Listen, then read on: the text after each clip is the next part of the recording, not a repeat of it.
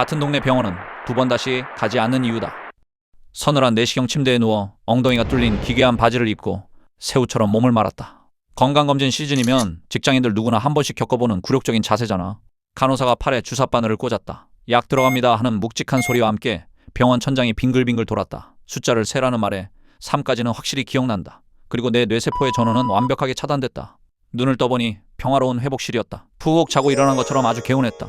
하지만 침대 커튼을 걷어젖히는 간호사의 눈빛은 시베리아 벌판처럼 차가웠다. 검사 결과를 듣기 위해 진료실로 들어갔다. 중후한 의사 선생님이 모니터를 보며 깊은 한숨을 쉬었다. 대장에 용종은 하나도 없는데 환자분 인성에 심각한 문제가 있다고 했다. 내가 수면 마취에 취해 의료진에게 찰진 쌍욕을 박으며 무호흡랩을 시전했다는 거다. 설상가상으로 나를 진정시키던 원장이 면전에 대고 내 찌질한 과거 연애사를 줄줄이 고백했다. 10년 전 차이고 길바닥에서 오열했던 이야기부터 남몰래 숨겨온 발냄새 콤플렉스까지 고해성사하듯 털어놨다고 했다. 하필 그때 진료실 문 밖에서 대기하던 동네 사람들의 끄끄거리는 웃음소리가 들려왔다. 아, 미치겠네. 내 더러운 밑바닥을 생면부지 남들에게 오픈 마이크로 라이브 생중계한 거다. 등줄기를 타고 식은땀이 한강처럼 흘렀다. 수치심에 전두엽이 새까맣게 타들어갔다. 선생님이 처방전과 함께 조심스럽게 정신과 상담 명함을 건넸고 나는 붉어진 얼굴로 황급히 병원을 도망쳐 나왔다. 이게 바로 내가 명절에 친누나와 윷놀이를 한다는 건 우리 집에서 합법적인 살인미수다. 거실은 장례식장보다 숙연해졌고 우리는 특선영화 편성표만 외우는 수행자가 되었다. 시작은 밥 먹고 소 하나 시키자며 판돈 10,000원을 건 훈훈한 친선 경기였다. 명절만 되면 남매끼리 어색함을 달래려고 꺼내는 아주 흔한 생존 전략이었다. 하지만 누나의 백도와 나의 선발분 판정이 엇갈리며 분위기가 싸해졌다. 스마트폰 동영상 촬영까지 동원된 비디오 판독이 열리면서 지옥문이 개방되었다. 서로의 목에 두꺼운 핏대가 서더니 거실 장판 위로 피바람이 불기 시작했다. 어릴 때 누나가 내 돼지 저금통 배를 가른 만행부터 억울했던 과거가 튀어나왔다. 이어서 내가 누나의 한정판 화장품을 몰래 박살낸 비밀까지 브레이크 없이 폭발했다. 설상가상으로 분노를 참지 못한 누나가 육가락을 허공으로 집어던졌다. 허공을 가르는 나무 미사일 4개가 내 명치를 정확하게 강타했다. 하필 그때 내가 마시려던 식혜컵이 바닥으로 추락하며 화려하게 뒤집어졌다. 거실 장판은 밥알이 둥둥 떠다니는 끈적하고 달콤한 지옥의 늪으로 변해버렸다. 미치겠네. 속으로 비명을 지르며 나는 끈적한 장판 위에서 발가락만 꼼지락거렸다. 텔레비전 속 예능인들의 자기적인 웃음소리만 거실에 기괴하게 울려 퍼졌다. 그날 이후 매년 명절마다 우리는 윷놀이는 꿈도 못 꾸고 텔레비전만 보며 거실에 일렬로 앉아있다. 텔레비전 화면만 멍하게 노려보는 침묵의 무건수행이 새로운 전통으로 굳어졌다. 그 숨막히고 끔찍한 정적 속에서 부러진 육가락을 쥐고 있던 나는 뼈저리게 깨달았다. 러닝하다가 급동 터진 썰푼다.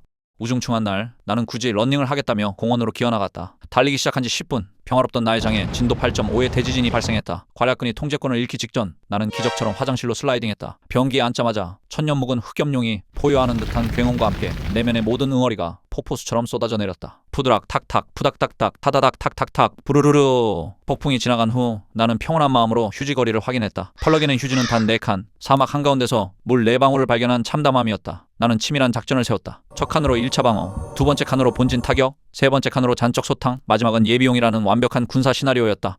하지만 첫 칸을 대는 순간 열기와 습기를 머금은 얇은 종이는 맥없이 녹아내렸고 나의 검지손가락은 곧바로 미지의 늪으로 직행하고 말았다. 그러자 나의 동공에 단순한 지진을 넘어선 대형 쓰나미가 덮쳤다. 이성을 부여잡고 남은 3칸 중 하나를 다시 희생시켜 2차 진입을 시도했다. 그러자 이번에는 휴지가 표면에 닿기도 전에 지옥의 수증기의 형태를 잃고 장렬히 산화해버렸다. 극도의 공포에 빠진 나는 최후의 카드로 2장을 겹쳤다. 이중방벽, 인간의 오만이었다. 그마저도 무자비한 습지 생태계의 장벽을 견디지 못하고 처참하게 갈기갈기 찢겨나갔다. 이제 선택지는 2개다. 존엄을 지키며 영구 주둔, 아니면 밖에 대걸레 세척 때까지 돌격 후 관략근을 세정.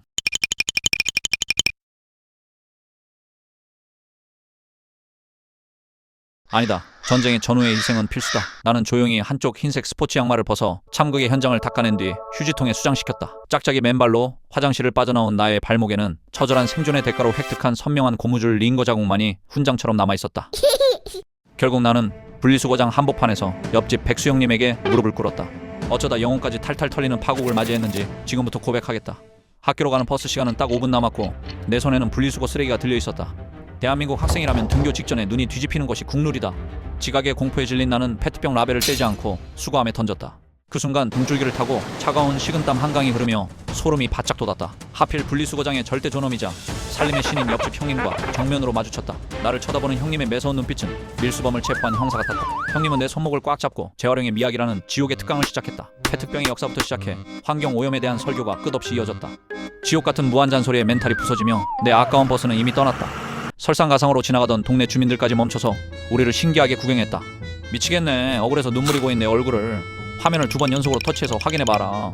지독한 수치심에 등가죽이 찢어지는 고통을 느끼며 정신을 완전히 잃어가는 상태로 조수석 클립에 내 안전벨트를 다정하게 꽂아버린 그 끔찍한 수치심은 지옥불 연수의 얄팍한 예고편이었다. 강사님의 깊은 한숨소리와 함께 우리는 햇빛조차 제대로 들지 않는 비좁은 주택가 골목길 코스로 진입했다. 운전대를 꽉 부여잡은 내 양손은 이미 긴장감에 땀으로 범벅이 되어 축축한 미역줄기처럼 미끌거리기 시작했다. 갑자기 불법 주차된 배달트럭 뒤에서 꼬리가 짧은 뚱뚱한 길고양이 한 마리가 내 범퍼 앞으로 튀어나오며 나를 응시했다. 순간 내 텅 빈 전두엽은 완벽하게 정지했고 브레이크를 밟아야 한다는 이성은 안드로메다로 날아갔다. 극도로 당황한 나는 핸들 정중앙의 클락션 위에 내 상반신 체중을 전부 실어서 사정없이 짓눌러버렸다. 빵! 대형 크루즈선의 기적소리 같은 굉음이 평화로운 주택가 골목길을 무자비하게 찢어발겼다. 하필 내가 클락션을 요란하게 울린 전봇대 앞에는 팔뚝에 이레즈미 문신을 두른 깍두기 형님 3분이 계셨다. 불량하게 담배를 피우던 형님들의 살벌한 시선이 일제히 노란색 연수 차량의 운전석으로 정확히 꽂혔다. 룸미러를 통해 그 무시무시한 안광과 진한 아이컨택을 한 순간 내 척추를 타고 한강 같은 식은땀이 흘렀다. 바로 그 찰나 조수석에 앉아 계시던 강사님의 엄청난 야생의 생존 본능이 빛을 발하기 시작했다. 강사님은 단 0.1초 만에 시트 조절 레버를 끝까지 당겨 의자를 완전히 눕히고 대시보드 밑으로 몸을 구겨 넣었다. 초보 수강생을 방패막이로 삼 본인만 살겠다고 완벽한 은폐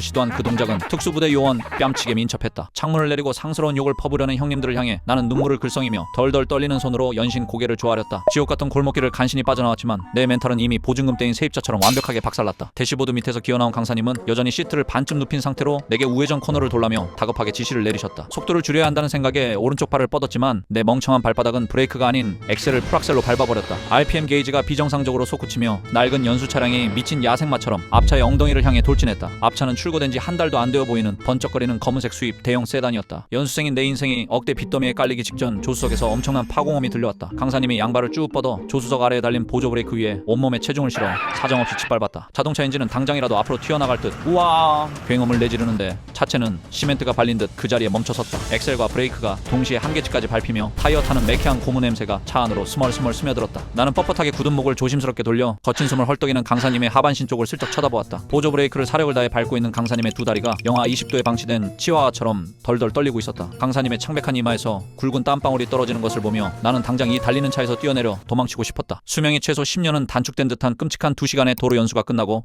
마침내 학원 주차장에 무사히 도착했다. 나는 강사님의 잔뜩 쉰 목소리 지시에 따라 기적적으로 주차 라인 안에 차를 반듯하게 집어넣었다. 아직 시동이 켜져 있었지만 내 머릿속에서는 이미 웅장한 합격 교향곡이 울려 퍼지기 시작했다. 이 엄청난 위기들을 전부 넘기고 주차까지 완벽하게 해냈으니 나름 베스트 드라이버의 자질이 있다는 헛된 자아도취가 밀려왔다. 나는 영화 속 주인공처럼 결연하고 멋진 표정으로 안전벨트 빨간색 버클을 누르고 찰칵 소리를 만키겠다. 오늘의 치욕스러운 과거를 모두 잊고 새롭게 태어난 운전자의 여유를 부리며 당당하게 운전석 문을 벌컥 열었다. 하지만 얄팍한 자신감에 심취한 내 멍청한 대가리는 가장 중요한 기어 변속 과정을 하얗게 지워버렸다. 당연히 파킹에 있어야 할 뭉툭한 기어봉은 여전히 무시무시한 붉은색 후진 알파벳에 단단히 고정되어 있었다. 내가 자신만만하게 한쪽 발을 아스팔트 바닥으로 뻗는 바로 그 순간 묵직한 쇳덩어리 차량이 뒤로 슬금슬금 굴러가기 시작했다. 문이 활짝 열린 채로 뒤로 밀리는 차를 보며 내 빈약한 심장이 뱃속 식도 끝까지 덜컥 떨어졌다. 패닉에 빠진 나는 차에서 반쯤 내린 개구리 자세로 다급하게 브레이크 페달을 손으로 누르려고 차 안으로 몸을 내던졌다. 하필 그 순간 조수석의 강사님은 오늘 하루도 무사히 살아남았다는 깊은 안도감의 한숨을 내쉬며 긴장을 완전히 풀고 계셨다. 내 짱구 같이 튀어나온 단단하고 커다란 두개골이 강사님의 무릎 정중앙으로 대포알처럼 정확하고 묵직하게 처박혔다. 둔탁한 뼈와 뼈의 타격음과 함께 강사님의 입에서 억눌린 짐승의 다말마 같은 기괴한 신음소리가 터져나왔다. 연수 내내 온갖 위기를 버텨낸 강사님은 결국 무릎의 극심한 고통에 얼굴이 잿빛으로 질려 시트 위에서 태아처럼 둥글게 말렸다. 뒤로 굴러가던 흉기 같은 차는 다행히 주차 방지턱에 덜컹 걸리며 기적적으로